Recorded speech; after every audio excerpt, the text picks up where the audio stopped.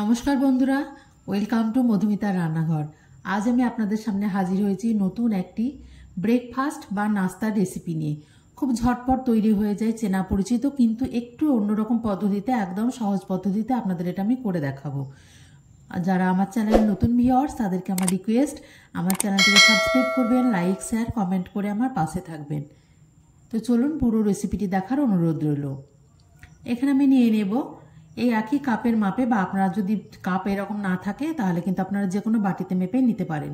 এখানে আমি এই কাপের মেপে 1.5 কাপ মতো এখানে ময়দা নিয়ে নিয়েছি। দিয়ে দিলাম সামান্য পরিমাণে লবণ।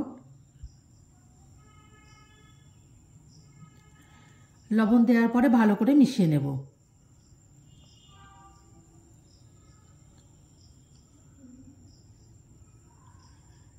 অল্প পরিমাণ করে জল দিয়ে দিয়ে কিন্তু একটা সুন্দরভাবে ব্যাটার তৈরি করে নিতে হবে। তবে একসঙ্গেই কিন্তু সমস্ত জলটা দিলে একদমই চলবে না, সেক্ষেত্রে কিন্তু এটা ভেতরটা গুটলি বেঁধে যাবে। একদম স্মুথ একটা ব্যাটার তৈরি করতে হবে। এখানে আমার 1.5 কাপ ময়দার জন্য প্রায় 1.5 কাপ পরিমাণ জল কিন্তু লেগে গেছে। এভাবে সুন্দর করে একটা সুন্দর, এভাবে খুব পাতলাও হবে না এবং খুব মোটাও হবে না, আপনাদের আমি চামচ দিয়ে একটু দেখাচ্ছি, ঠিক এইভাবে যেন চামচের গায়ে লেগে থাকে। ব্যাটাটা তৈরি করে আমি কিছুক্ষণের জন্য রেস্টে রেখে দেবো। এখানে আমি নিয়ে নিয়েছি 5টার মতো ডিম।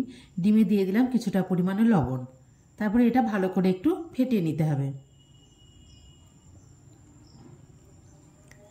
খুব ঝটপট তৈরি হয়ে যায় এবং এখানে সব থেকে একটা সুন্দর ব্যাপার হচ্ছে যে এখানে তেলের পরিমাণটা কিন্তু খুব কম লাগে। এখানে আমি একটা কড়াই নিয়েছি, কড়াইয়ে সামান্য পরিমাণ তেল দিয়ে দিয়েছি। তেলটা একদম গরম হয়ে গেছে, এখানে দিয়ে দিলাম আমি কুচনো পেঁয়াজ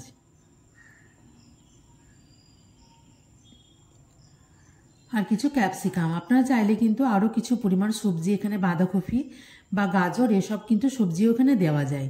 তবে পেঁয়াজ এবং ক্যাপসিকামটা একটু লবণ দিয়ে হালকাভাবে কিন্তু আমি ভেজে নেব, তবে একদমই লাল করে ভাজার কোনো প্রয়োজন নেই।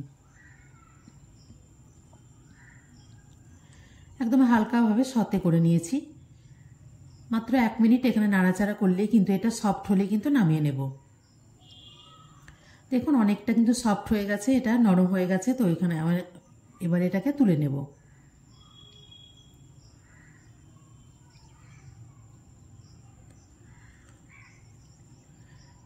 তুলে নিয়ে ওই কড়াইয়ের মধ্যে আবার কিছুটা পরিমাণে আমি তেল দিয়ে দেবো। আপনারা চাইলে কিন্তু এই অবস্থাতে কিন্তু ডিমটা ঢেলে দিতে পারেন একসঙ্গে, তবে আমি চাই সামান্য পরিমাণে তেল দিয়ে এভাবে ডিমটা যদি ভালোভাবে ভেজে নেওয়া যায়, এর টেস্টটা কিন্তু একটু বেশি ভালো হয়। অল্প পরিমাণ তেল দিয়ে কিন্তু এইভাবে ডিমটা ভালো করে একটু ভেজে নিতে হবে।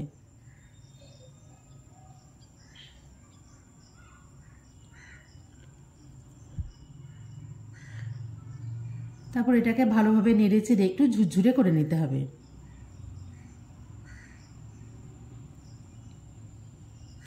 দেখুন এখন নাড়তে নাড়তে কিন্তু ঝুরঝুরে হয়ে গেছে, তবে একদমই লাল করার কোনো প্রয়োজন নেই।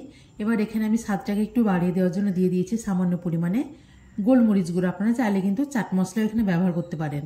আর ঝালের জন্য দিয়ে দিয়েছি কাঁচা লঙ্কা। খুব ভালোভাবে দুটোকে মিশিয়ে নিতে হবে। এরপর আমি আগে থেকে যে ভেজে রেখেছিলাম ক্যাপসিকাম এবং পেঁয়াজ, এই দুটো কিন্তু এর সঙ্গে মিশিয়ে দেবো।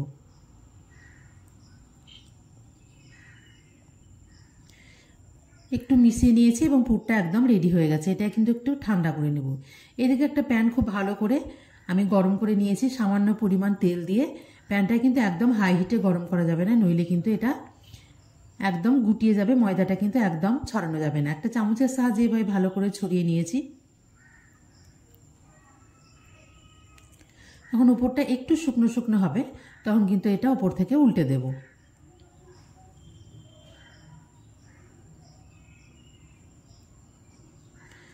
এখন উপরটা শুকনো শুকনো হয়ে গেছে। এবার এখানে কিন্তু আগে থেকে তৈরি করে রাখা পুরটা এর মধ্যে এভাবে দিয়ে দিতে হবে। আপনার পুরটা কম বা বেশি পরিমাণ যেমন খুশি দিয়ে দিতে পারেন। এভাবে একটু হাতের সাহায্যে খুব সুন্দর করে সমানভাবে দিয়ে দিতে হবে এবং চারপাশটা যেন খুব সুন্দরভাবে লেগে যায়, যেন বেরিয়ে না আসে, তার জন্য কিন্তু একটু খুন্তি দিয়ে চেপে চেপে দিতে হবে। তারপর সামান্য পরিমাণ তেল এভাবে ব্রাশ দিয়ে নিয়ে ওপর থেকে এভাবে লাগিয়ে দিতে হবে এবং আঁচটাকে লো টু মিডিয়ামে রেখে খুব সুন্দর করে একটু লাল করে ভেজে নিতে হবে।